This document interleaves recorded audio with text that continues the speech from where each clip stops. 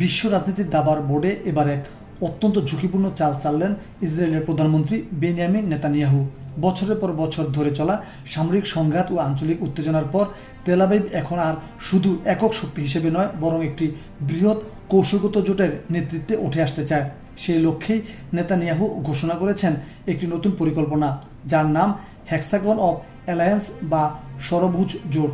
এই পরিকল্পনা ইতিমধ্যেই আন্তর্জাতিক কূটনৈতিক অঙ্গনে ব্যাপক আলোচনা ও বিতর্কের জন্ম দিয়েছে। নেতানিয়াহুর দাবি, মধ্যপ্রাচ্যে বর্তমানে দুটি বড় শক্তি কেন্দ্র তৈরি হয়েছে। একদিকে রয়েছে ইরানের নেতৃত্বাধীন শিয়া অক্ষ, অন্যদিকে ক্রমশ শক্তিশালী হয়ে ওঠা সুন্নি অক্ষ। ইসরায়েলের মতে এই দুই ফ্রন্টের বিরুদ্ধেই গড়ে তুলতে হবে একটি শক্তিশালী প্রতিরোধ ব্যবস্থা, আর সেই মহাজোটের কেন্দ্রে থাকবে ইসরায়েল নিজেই। কিন্তু প্রশ্ন হচ্ছে, এই কৌশল কি সত্যি ইসরায়েলের আঞ্চলিক প্রভাবকে আরও শক্তিশালী করবে, নাকি এটি নতুন আরও বিপজ্জনক সংঘাতের সূচনা করবে? এই পরিকল্পনার অন্যতম ভিত্তি হল ইসরায়েল, ভারত ও গ্রিসকে নিয়ে একটি ত্রিমুখী কৌশলগত অংশীদারিত্ব গড়ে তোলা। প্রতিরক্ষা, প্রযুক্তি এবং আঞ্চলিক নিরাপত্তার অভিন্ন স্বার্থকে সামনে রেখে এই তিন দেশকে একটি প্ল্যাটফর্মে আনার চেষ্টা করছেন নেতানিয়াহু। বিশেষ করে ভারতের প্রধানমন্ত্রী নরেন্দ্র মোদীর সম্ভাব্য ইসরায়েল সফরের প্রেক্ষাপটে এই ঘোষণা ভূরাজনৈতিক বিশ্লেষকদের বিশেষভাবে আকৃষ্ট করেছে।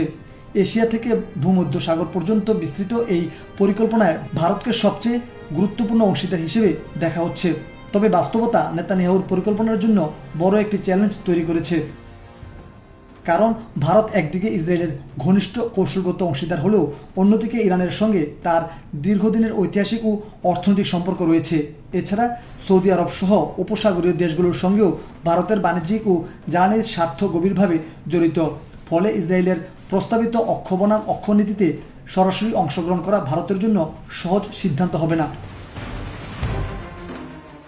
অন্যদিকে ভূমধ্য সাগরীয় অঞ্চলেও এই পরিকল্পনা নানা জটিলতার মুখে পড়তে পারে। তুরস্কের প্রভাব মোকাবিলার লক্ষ্যে গ্রিস ও সাইপ্রাসকে আরও ঘনিষ্ঠভাবে পাশে টানতে চায় ইসরায়েল। ইতিমধ্যে গ্রিস ইসরায়েল অস্ত্র ক্রয়ের ক্ষেত্রে আগ্রহ দেখিয়েছে, কিন্তু নেটোর সদস্য হওয়া সত্ত্বেও গ্রিস ও তুরস্কের মধ্যকার দীর্ঘদিনের বৈরিতা এমন এক বাস্তবতা যা পুরো পরিকল্পনাকে অনিশ্চয়তার মধ্যে ফেলতে পারে।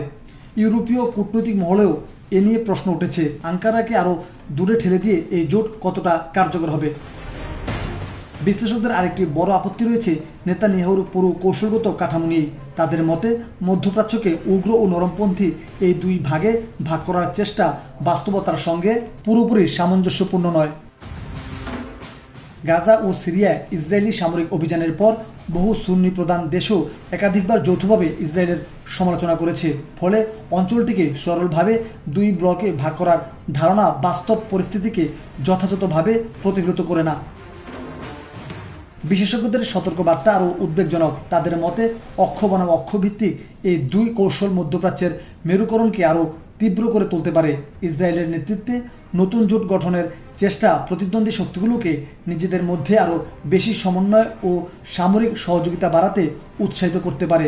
এর ফলে শান্তি প্রতিষ্ঠার পরিবর্তে অঞ্চল জুড়ে নতুন সংঘাত, অস্ত্র প্রতিযোগিতা এবং দীর্ঘমেয়াদী অস্থিতিশীলতার ঝুঁকি বেড়ে যেতে পারে।